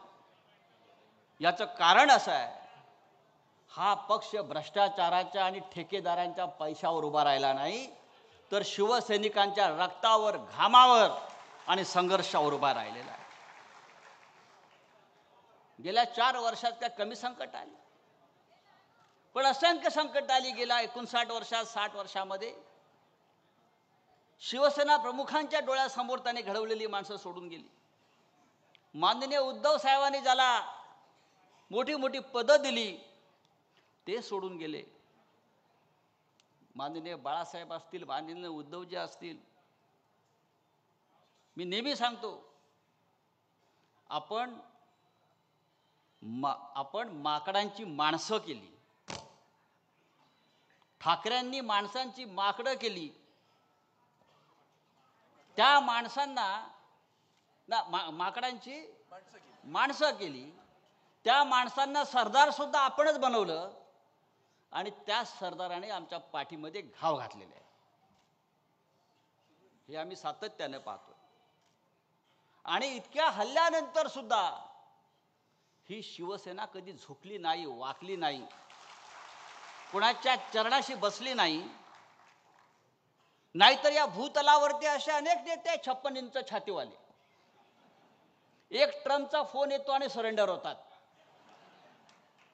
आमच्यावर सुद्धा, माननीय उद्धव साहेबांवर सुद्धा, आमच्या नेत्यांवर सुद्धा असे अनेक फोन, असे अनेक दबाव आमच्याकडे आले, पण आम्ही झुकलो नाही. सरेंडर होने का काम नरेंद्र और देवेंद्र का है, हमारा नहीं है. हम लढने वाले लोग हैं. या देशात काय चाललंय? भारतासारख्या महान देशात जो काश्मीर आपला एक महत्वाचा आमचं अंग आहे देशाचं, महाराष्ट्रासह देशातले असंख्य पर्यटक जातात पहलगावमध्ये. तिथे 4 अज्ञात लोक शस्त्र घेऊन येतात, बंदुका घेऊन येतात, धर्म विचारतात आणि धर्म विचारून आमच्या 26 माय भगिनींचं माथ्यावरचं कुंकू पुसतात, सिंदूर उजाड करतात. अख्ख्या देशामध्ये हलकल्लोळ माजतो, हाहाकार माजतो, आक्रोश होतो. पण त्या पहलगावच्या हल्ल्याला 2 महिने होऊन गेले तरी त्या 4 अतिरेक्यांचा शोध हे 56 इंचाचं सरकार घेऊ शकलं नाही. कुठे गेले ते 4 अतिरेकी? कुठे गेले ते 4 दहशतवादी? तुम्ही पाकिस्तानवरती बॉम्ब टाकलात, मिसाईल टाकलं, सगळं केलं, दाखवलं, मग माघार घेतली. पण मुख्य प्रश्न कायम आहे. ते 4 अतिरेकी ज्यांनी आमच्या माय भगिनींचं कुंकू पुसलं, ते जमिनीत गडप झाले, हवेत अदृश्य झाले, आकाशात गेले, पाताळात गेले. गेले कुठे याचा शोध या देशाच्या गृहमंत्र्यांना अजून घेता आला नाही. आणि तुम्ही आम्हाला शौर्याच्या आणि राष्ट्रभक्तीच्या गोष्टी सांगता. कशा करता? उद्धव साहेबांचं मला अभिनंदन करायचं आहे. ऑपरेशन सिंदूर सुरू झालं, देशावर हल्ला झाला.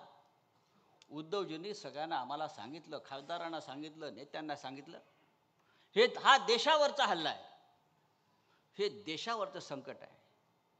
आपल्यातले सगळे मतभेद विसरून सरकार जी कारवाई करते आहे, जी कृती करते आहे, आपण त्यांच्या मागे ठामपणे उभं राहायला पाहिजे. हीच आपली राष्ट्रभक्ती आहे. आणि आम्ही सगळे त्या पद्धतीनं काम करायला लागलो. पण राजकारण कोणी सुरू केलं या हल्ल्याचं? तर भारतीय जनता पक्षानं सुरू केलं. ऑपरेशन सिंदूरच्या नावाखाली आज मतं मागितली जात आहेत. ही आमच्या माय भगिनींचा पुसलेला कुंकवाचा अपमान आहे, मी आपल्याला सांगतो. आम्हाला असं वाटलं की मोदींनी आता लढण्याची जी सुरुवात केली आहे पाकिस्तानबरोबर, आता पाकिस्तानचे 4 तुकडे करूनच आमचं सैन्य मागे येईल. आता इस्लामाबाद, कराची, लाहोर, बलुचिस्तानवरती तिरंगा फडकवून आमचं सरकार मागे येईल. पाकिस्तानातील सगळे दहशतवादी अड्डे उद्ध्वस्त करून आमचं सरकार, आमचं सैन्य मागे येईल, शांत राहील. पण काय दुर्दैव या देशाचं. आमचं सैन्य आक्रमण पुढे पुढे जात असताना, हवाई दल हल्ले करत असताना अमेरिकेतून एक फोन येतो प्रेसिडेंट ट्रम्पचा, आणि त्या एका फोन नंतर हा भारत दहशतवादाविरुद्धची लढाई थांबवतो आणि माघार घेतो आणि ही माघार का घेतली हे नरेंद्र मोदी आजही आम्हाला सांगू शकलेले नाही. आणि आज तेच प्रेसिडेंट ट्रम्प पाकिस्तानच्या लष्कर प्रमुखाला त्याच्या व्हाईट हाऊसमध्ये जेवायला बोलवतात, डिनरला बोलवतात आणि बोलतात आय लव्ह पाकिस्तान. हे नरेंद्र मोदींचे मित्र. आणि आम्हाला राष्ट्रभक्ती शिकवताय, आम्हाला हिंदुत्व शिकवताय, आमच्या हिंदुत्वावरती तुम्ही प्रश्नचिन्ह उभा करता, आमच्या राष्ट्रभक्तीवरती प्रश्नचिन्ह निर्माण करता. या देशामध्ये डी कंपनीचं राज्य सुरू आहे. डी कंपनीचं राज्य सुरू आहे. दिल्लीमध्ये डी म्हणजे डरपोक आणि महाराष्ट्रातलं डी म्हणजे डायरेक्ट डी, ज्याला तुम्ही डी डी म्हणता. या डी कंपनीचे, या मुंबईतले, महाराष्ट्रातले अंडरवर्ल्डचे सगळे लोक भारतीय जनता पक्षानं आपल्या सरकारमध्ये घेतले आहेत. त्याच्यामुळे हे सरकार डी कंपनी चालवते आहे. आणि मला असं वाटतं प्रत्येक शिवसैनिकानं मतदारांपर्यंत, लोकांपर्यंत हा अत्यंत महत्त्वाचा विषय जो आहे हा आपण घेऊन गेला पाहिजे. शिवसैनिक कधी खचणारा नाही. बाळासाहेब ठाकरेंनी जी आम्हाला प्रेरणा आणि ऊर्जा दिलेली आहे ती अशी कच खाणारी नाही आहे. आम्ही लढणारे लोक आहोत आणि आम्ही लढत राहू. आमचा नेता सन्माननीय उद्धव ठाकरे हा सुद्धा रणमैदानात उभा राहून सगळी आव्हानं झेलत आमच्याबरोबर लढतो हे लक्षात घ्या. जाता जाता मी इतकंच सांगेन, उद्धव साहेब,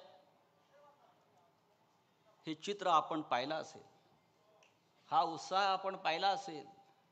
महाराष्ट्रात शिवसेनेचे नेते जिथे जिथे जात आहेत त्या प्रत्येक ठिकाणी शेतकरी, कष्टकरी, कार्यकर्ते हे जमा होत आहेत. कालच्या विधानसभेच्या निकालावर त्यांचा आजही विश्वास नाही आहे, पण तरीही ते लढण्यासाठी उभे आहेत.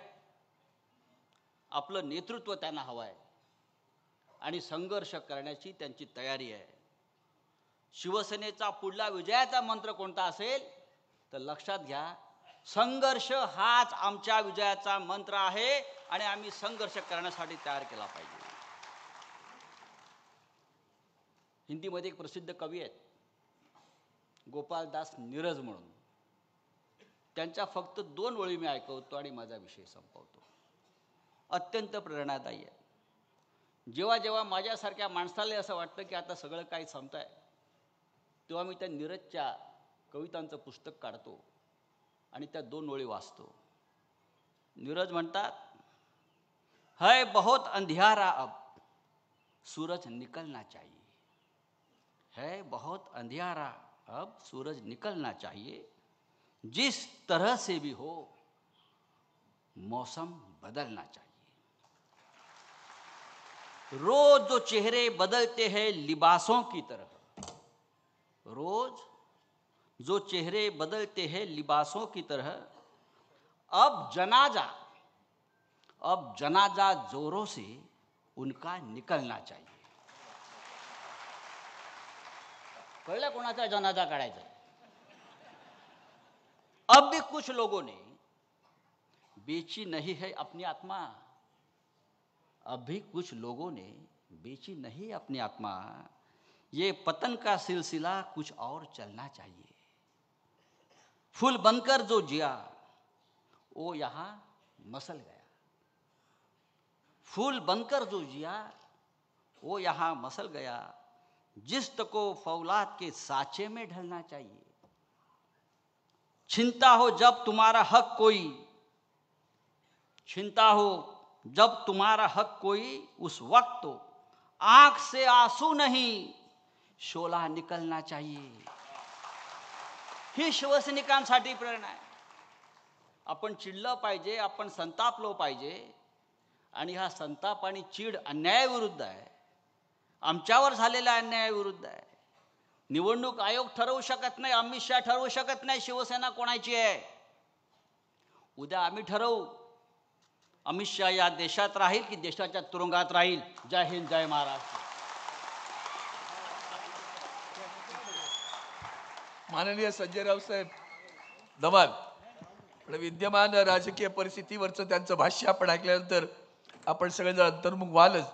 मी यानंतर आपल्यासमोर 59वा वर्धापन दिन. इवलेसे रूप लावलीये द्वारी, तिचा वेलू गेला गगनावरी. शिवसेनेचा वटवृक्ष उभा राहिला.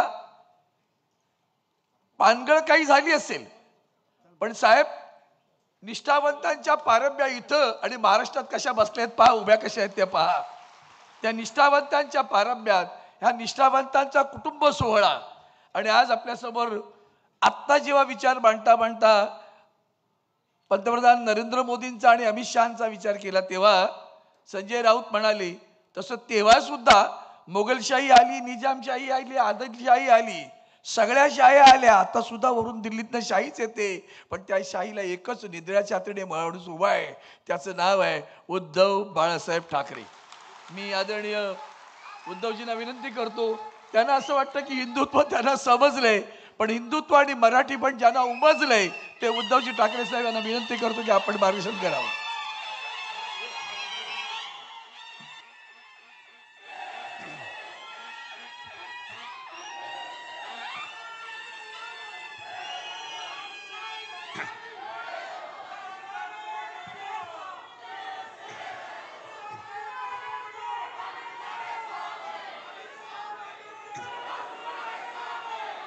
जमलेल्या माझ्या तमाम हिंदू बांधवांनो, भगिनींनो आणि मातांनो,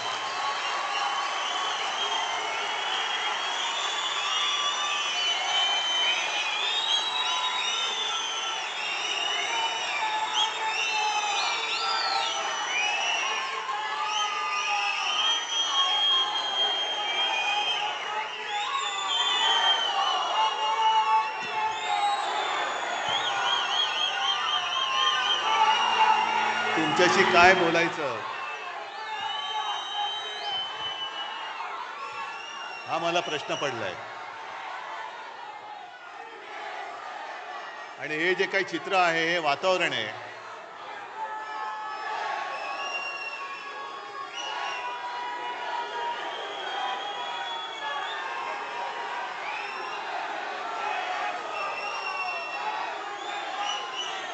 हे वातावरण मला नाही वाटत कोणाच्याही नशिबात किंवा भाग्यामध्ये असं प्रेम लिहिलं असेल.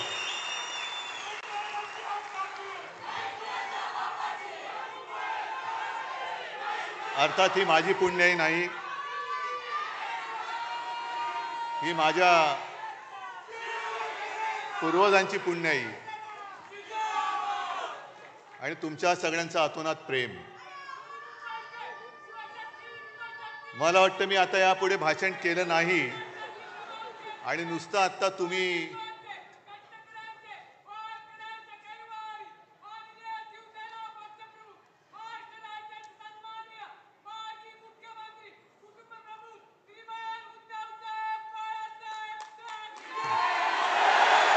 हा जयघोष जरी नुसता टीव्हीवरती आपल्या विरोधकांनी पाहिला तरी त्यांचे नॅपकिनसह सगळे कपडे ओले होतील.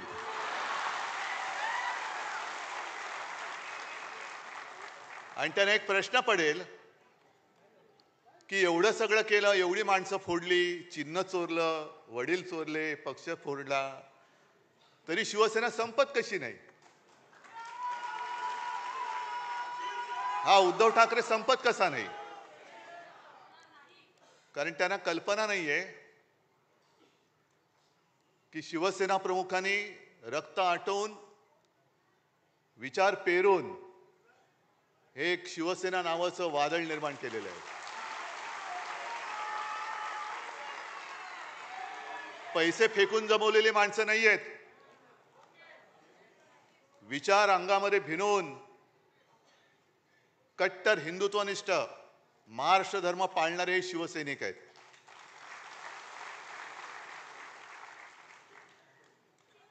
आणि मी पहिल्या प्रथम तुम्हाला सगळ्यांना वर्धापन दिनाच्या शुभेच्छा देतो. 59 वर्ष झाली हे हा जल्लोष पाहून कोणाचा विश्वास बसणार नाही. कारण शिवसेना आज सुद्धा तरुणच आहे आणि नेहमी शिवसेना ही तरुणच राहणार आहे. जो उल्लेख संजय राऊत आपण केला, पहिला मेळावा हा शिवतीर्थावरती झाला होता.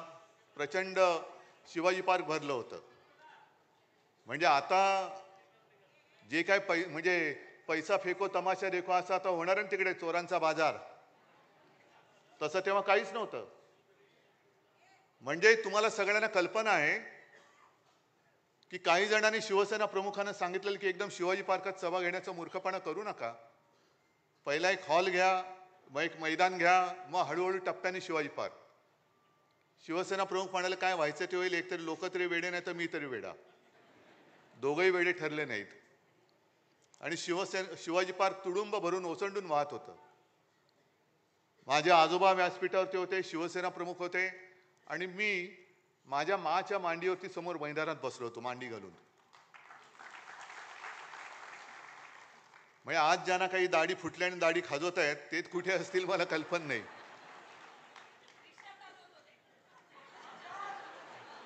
जाऊ दे. आज सगळीकडे बॅनर लागलेत, पोस्टर लागलेत, शिवसेना प्रमुखांचे फोटो आहेत. मला खरंच कीव येते की जे आपला बाप बदलतात आणि राजकारणात ज्यांना पोरं होत नाहीत, मी राजकारणात म्हणतोय, अशी लोक जेव्हा आपल्या घराणेशाहीवरती टीका करतात तेव्हा मला त्यांची कीव येते.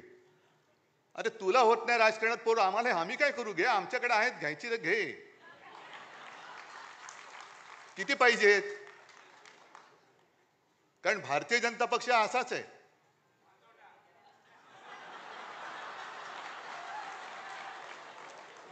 नाही, तुम्ही जो शब्द वापरला शिवसेना प्रमुखाने आणखीन वापरला असता पुढचा, पण ते सत्य आहे. आपण सत्य नाकारतो का कधी? त्याच्यामुळे हे सत्य त्यांनी स्वीकारलं पाहिजे की त्यांना आजपर्यंत कधी पोरं नाही झाली म्हणून दुसरे नेते हे स्वीकारायचे, ते मोठे करायचे. म्हणजे दुर्दैव असं की ज्या सरदार वल्लभभाई पटेलांनी संघावरची बंदी आणली होती, त्याच पटेलांना नेता म्हणून त्यांचा जगातला सर्वोत्तम म्हणजे सगळ्यात उंच पुतळा बांधण्याची पाळी यांच्यावरती आली. हे यांचं कर्तृत्व. आणि आपल्याला शिकवत आहेत हिंदुत्व. ठीक आहे, आजच्या सुद्धा आपल्या वर्धापन दिनावरती भाजपची काही पाळलेली बेडकं ही डराडोराव करतील.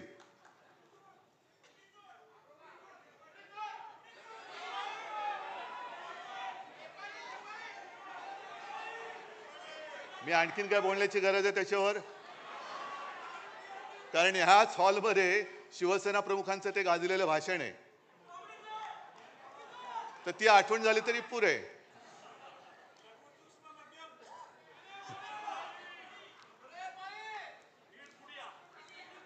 तुम्ही असं बोलायला लागल्यावर मला पुढे काय बोलायचं ते सुचत नाही, कारण मला डोळ्यासमोर सगळे यायला लागतात. तर ही सगळी पाळीव बेडकं ही यायला लागतील, बोंबलतील. पण या चोरांना खरंच मी तर म्हणेन लाज लज्जा शरम काही त्यांनी ठेवलेली नाहीये. नॅपकिन आहे तो सुद्धा काय ठेवला ते कळत नाही. असा हा भाजपा, म्हणजे ज्याचा उल्लेख माझ्या मते आधी पण भास्करराव तुम्ही बोलत होतात, अंबादासनी केला असेल, संजय राऊतांनी तर केलाच. पण विशेषतः अंबादास तुमचं कौतुक करायचंय आणि माझ्या मराठवाड्यातल्या सगळ्या सैनिकांचं कौतुक करायचंय. कारण तुम्ही एक वस्तुस्थिती ही जनतेसमोर आणली. क्या हुआ तेरा वादा. म्हणजे आतापर्यंत त्यांनी जे काही वादे केले होते ते कसे फसवे होते ते त्यांनी छान पद्धतीने पूर्ण मराठवाड्यामध्ये जनतेपर्यंत पोहोचवलं. मग आता माझा प्रश्न तुम्हाला सगळ्यांना आहे की निवडणूक जिंकण्यासाठी माता भगिनींशी केलेला वादा, जनतेशी केलेला वादा जो पक्ष पाळत नाही तो पक्ष त्यांनी मला केलेला वादा हा मी तेव्हापासून बोलत होतो की यांनी वादा केला होता की 2.5 वर्ष शिवसेनेचा मुख्यमंत्री होईल आणि हे सांगत होते असं काही घडलंच नाही. मग हा काल परवाचा तुम्ही केलेला जनतेशी वादा खरा होता की खोटा होता? म्हणजे यांची वृत्ती कळते, यांची वृत्ती कळते. आणि तसं जर का बघितलं तर बोलायचं कशावर हेच कळत नाही. कारण यांचं सरकार आल्यानंतर जी काही पनवती लागलेली आहे, केंद्रामध्ये सरकार आल्यानंतर सगळी कामांची वाट लागलेली आहे. एअरपोर्टचं छत गळतंय, त्या मेट्रोच्या स्टेशनमध्ये पाणी जात आहे, प्रयागराजला माणसं चेंगरून गेली, कोणी जबाबदारी घ्यायला तयार नाही. दिल्लीच्या रेल्वे स्टेशनमध्ये माणसं चेंगरून गेली, कोणी जबाबदारी घ्यायला तयार नाही. काल परवाकडे विमान अपघातात गेली, कोणी घ्यायला तयार नाही. रेल्वे अपघातात गेली, कोणी घ्यायला जबाबदारी तयार नाहीये. म्हणजेच काय की तसा जर का आपण गांभीर्याने विचार केला तर आज आपल्या देशाला पंतप्रधानांची गरज आहे. आज देशाला पंतप्रधान कुठे आहे? भाजपला आहे. देशाला कुठे आहे? देशाला गृहमंत्र्याची गरज आहे, घरफोडे अमित शहाची नाही. देशाला संरक्षण मंत्र्यांची गरज आहे, गुंडांना संरक्षण देणाऱ्या देवेंद्र आणि राजनाथ सिंगांची नाही. तुम्ही देशाचे संरक्षण मंत्री आहात का गुंडांचे संरक्षण मंत्री आहात?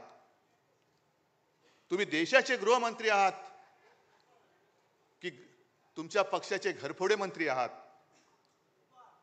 आणि मोदीजींना सुद्धा मला विचारायचंय,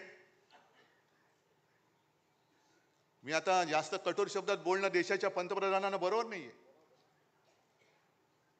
पण जेव्हा आम्ही इंडिया आघाडी म्हणून तुमच्या समोर पर्याय उभे राहिलो तेव्हा तुम्हाला लाज वाटली नाही आमची इंडियन मुजाहिद्दीन बरोबर तुलना करायला?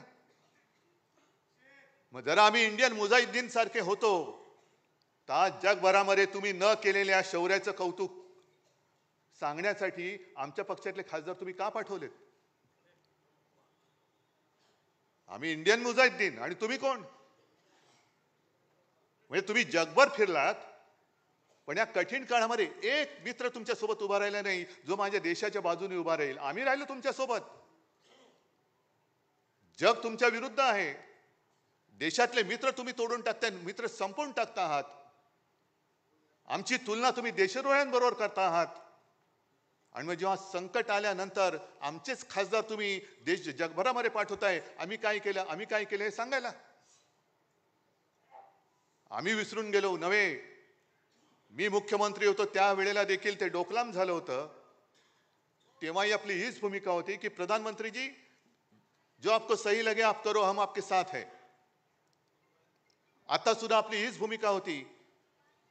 ठीक आहे, पक्षीय मतभेद असतील, आहेत, राहतील, पण देश संपूर्ण जगासमोर आम्ही जाऊ तेव्हा हम सब एक है म्हणून आपण गेलं पाहिजे. आणि ते कर्तव्य, पवित्र कर्तव्य आम्ही करण्याचा प्रयत्न केला.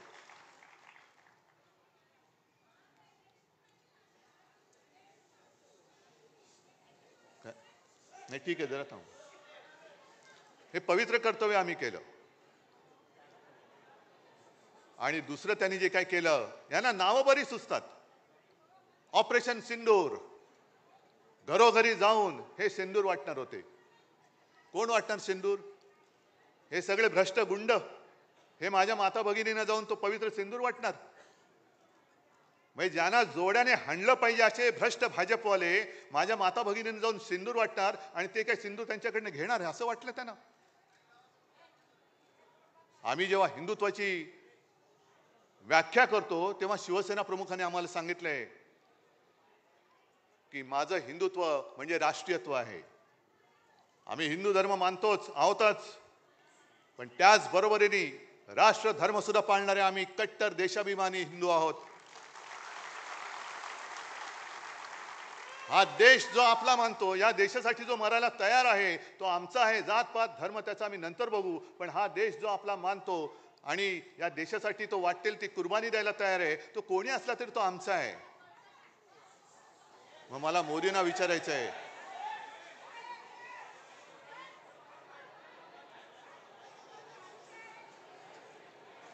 जरा गच्च झाले, सगळ्या खुर्च्या वगैरे भरल्यात, थोडं सांभाळून घ्या, जरा सांभाळून घ्या. मग मला भाजपला विचारायचंय की ही आमची हिंदुत्वाची व्याख्या आहे म्हटल्यानंतर नेमकं तुमचं हिंदुत्व आहे तरी काय? तुमचं हिंदुत्व आहे तरी काय? जो शेंदूर तुम्ही वाटणार होतात, जरा शांत राहा ना थोडं. जायचं असेल बाहेर तर त्यांना जाऊ दे, नाही तर बसा शांत.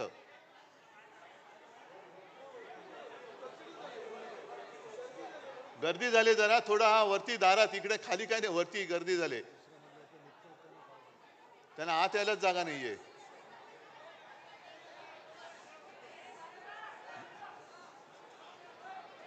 जरा खाली नाही तर इकडे कुठे जागा असेल तर बघा.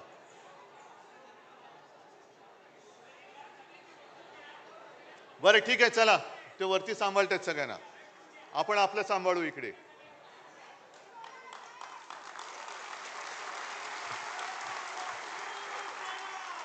जे मी तुम्हाला सांगत होतो की आपलं हिंदुत्व हे काय आहे हे एकदा सांगितल्यानंतर भाजपवाल्यांना मी प्रश्न विचारतोय, तुमचं हिंदुत्व म्हणजे नेमकं आहे तरी काय? आम्हाला तुम्ही सांगतात आम्ही हिंदुत्व सोडलं, मग तुम्ही काय सोडलंय? कारण मध्येच कधीतरी जाऊन तुम्ही मशिदीमध्ये सौगात वाटता, मध्येच कधीतरी तुमच्या डोक्यात काहीतरी येतं, घराघरामध्ये जाऊन शेंदूर वाटायचा. आणि तो शेंदूर कोण वाटणार? तो नालायक, तो एक मंत्री कोण, विजय शहा, ज्याला खरंच भर रस्त्यामध्ये चापकानी फोडला पाहिजे, त्याच्यावरती भाजप अजून काही कारवाई करत नाही. त्या सोफिया कुरेशी ज्या आपल्या भगिनी आहेत, एक काय आपल्याला गर्व वाटला त्यावेळेला की अरे एक महिला आपल्या लष्करामध्ये मोठ्या पदावर पोचली आणि ती बाणेदारपणाने आपली बाजू मांडते. त्या सोफिया कुरेशीना जो विजय शहा पाकिस्तान की बहन म्हणतो, आतंकवाद्यांची बहन म्हणतो, ही अशी नालायक औलाद भाजपमध्ये आहे. आणि या भाजपकडनं आपण देश सुधारण्याची आशा करतो, देश सुधारणार आहे. मग तुम्हाला एवढं सुद्धा कळत नाही, एक तरी इतर वेळेला शेपट्या घालून आत बसणार. तुम्ही सैन्याचे पाय तर बांधलेच, नाही तर सैन्याने धडक दिली होती, आजपर्यंत आपण पाकिस्तान घेतलाही असता. पण ट्रम्पचा फोन आल्यानंतर हे युक्रेन का वॉर रुकवा दी पापा, ती जाहिरात होती ना, आपण पण केली होती. पण ट्रम्पचा फोन आल्यानंतर यांचा आवाजच गेला. काय करायचे ते असे प्रधानमंत्री, काय करायचे तसे गृहमंत्री? संजय राऊत, तुम्ही जो प्रश्न विचारला तो बरोबर आहे की ते 4 अतिरेकी आतमध्ये आले कसे? संरक्षण मंत्री काय करतायत, गृहमंत्री काय करतायत? खाड गोळ्या घालून आपले पर्यटक तिकडे जे गेले होते त्यांना गोळ्या घालून मारणारे अतिरेकी गेले कुठे? पाताळात गेले, आकाशात गेले का भाजपात गेले?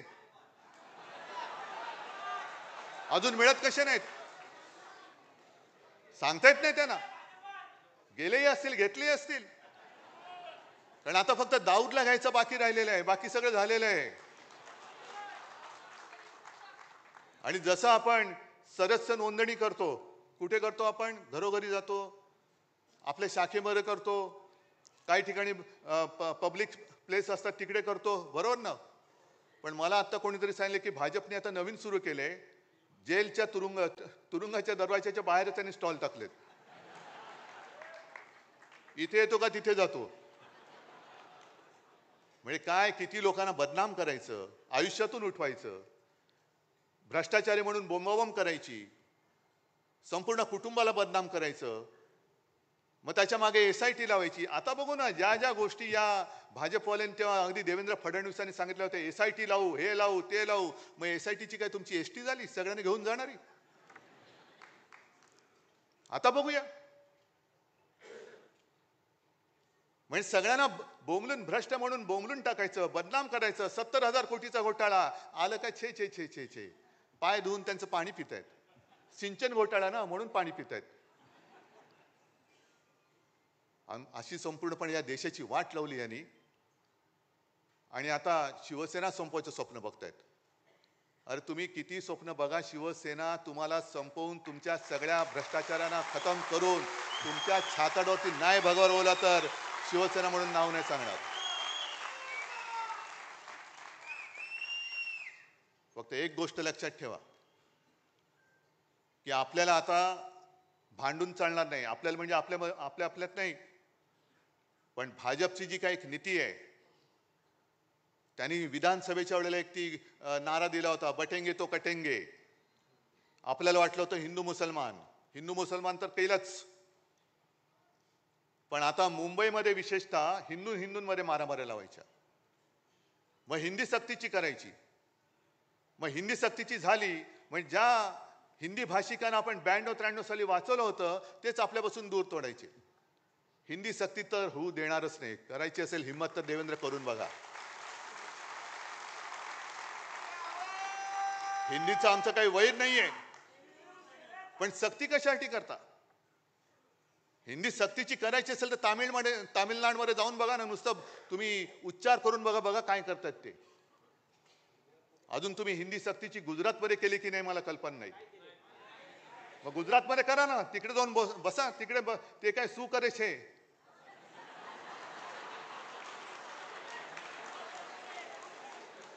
म्हणजे ते मराठीत त्याचा अर्थ वेगळा होतो, हिंदीत काय होतो मला माहिती नाही.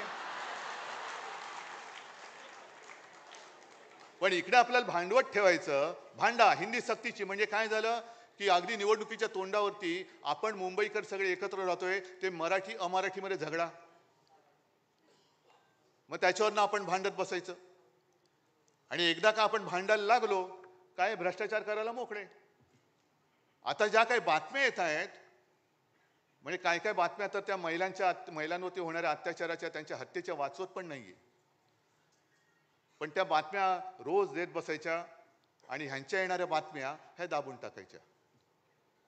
एक 8-15 दिवसापूर्वी एक बातमी आली होती, किती जणांच्या लक्षात आहे?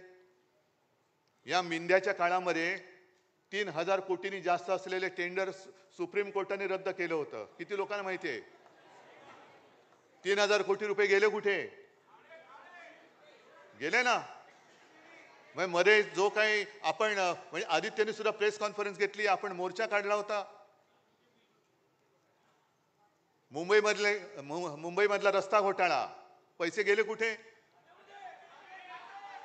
ते गेले. म्हणजे प्रत्येक आमच्यावरती घराणेशाहीचे आरोप करताना तुमच्या आंबरस तुम्ही तो घोटाळा काढलाय, ते एक आपल्यातनच गेलेलं तिकडे ते आहे अवलाद.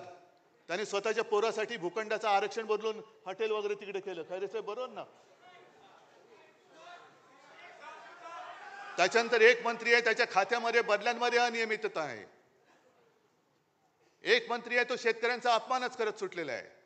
शिक्षण खात्यामध्ये घोटाळा आहे. सगळे घोटाळे म्हणजे मध्ये एक तो जो काय फोटो आला होता, देवेंद्र फडणवीस बसलेत मध्ये आणि आजूबाजूला सगळे उपरे. मला भाजपवाल्यांची खरंच दया येते.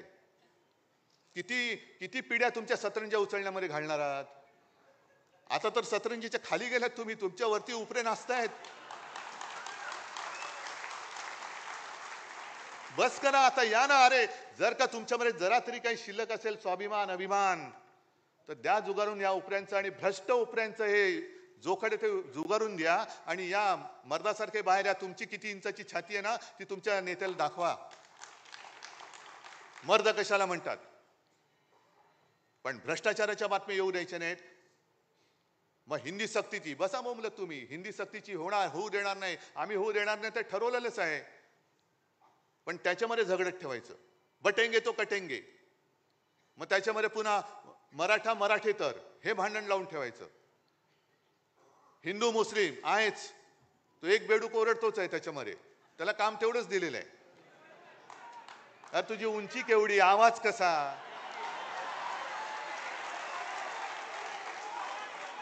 म्हणजे उंची पेंग्विनची, चाल बदकाची, आवाज कोंबडीचा.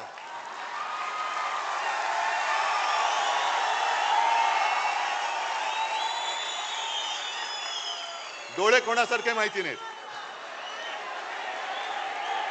तो जीव काय, बोलतोस काय, पार्श्वभूमी काय तुझी, वडिलांची पार्श्वभूमी काय, आणि आमच्यावरती बोलतोस. मी कोणावरती बोलतोयस? नाही, त्यांना कळू दे पहिलं नक्की. एक कोणतरी बाप ठरवा. याच भाषेत मी त्यांच्याशी बोलतोय. एक कोणतरी ठरवा. जसं आम्ही 59 वर्षाची शिवसेना झाली तरी सुद्धा आमचा नेता एकच आहे, भगवा एकच आहे, दैवत एकच आहे, विचार एकच आहे. आणि शिवसेना प्रमुखाने शिवसेनेची स्थापना केली ती महाराष्ट्राच्या मराठी माणसावरती होणाऱ्या अन्यायाचा मुकाबला करण्यासाठी केली आणि हिंदुत्वाच्या रक्षणासाठी केली. शेटजींची पालखी वाहण्यासाठी नाही केली. शेटजींचे बूट चाटण्यासाठी शिवसेनेची स्थापना नाही केली. हे त्या मिंद्याला पहिले जाऊन सांगा.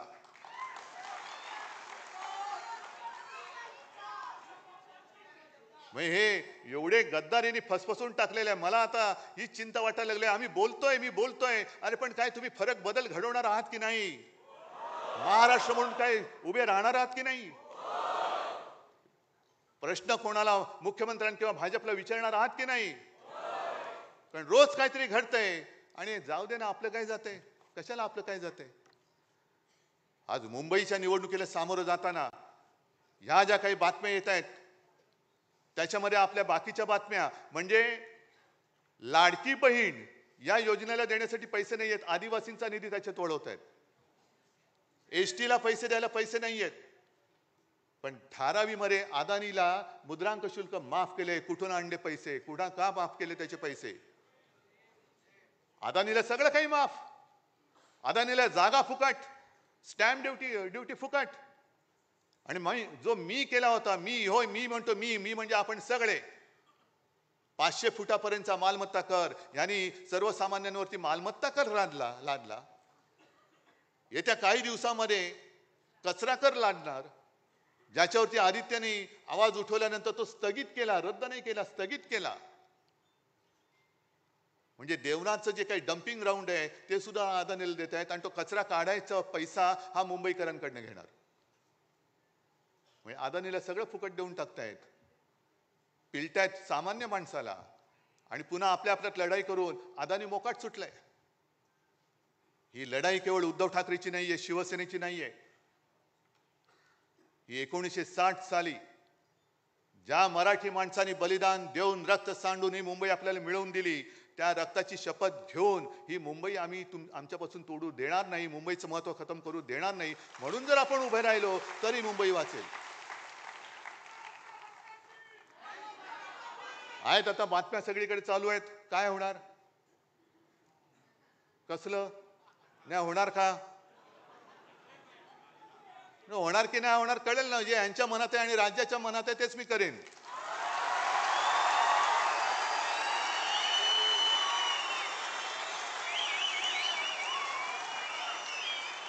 पण ते होऊ नये, ते होऊ नये. मराठी माणसाची शक्ती एकत्र येऊ नये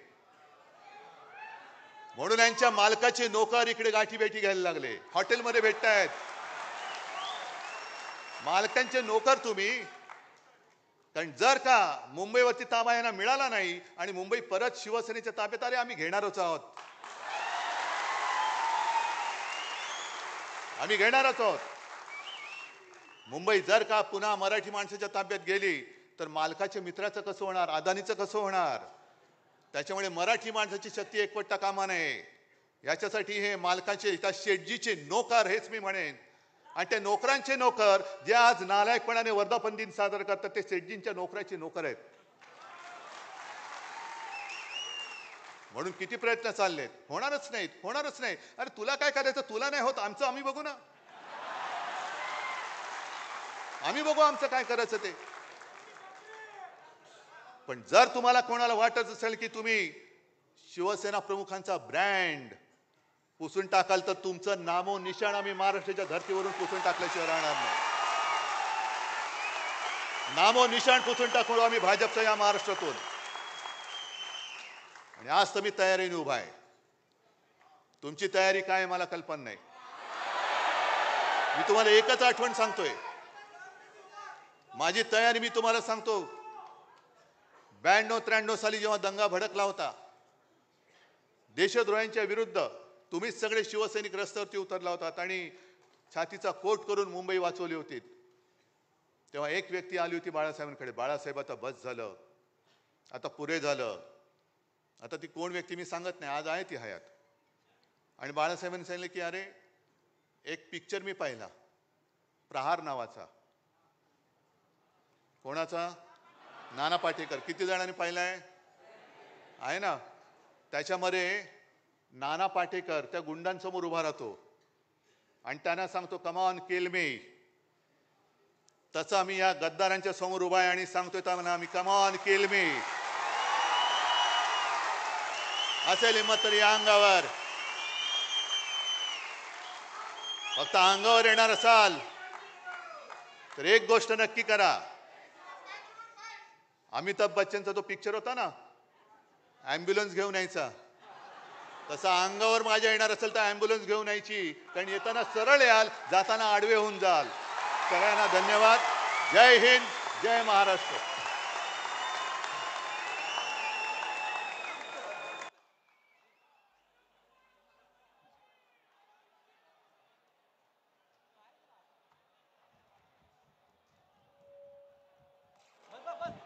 आत्या जागी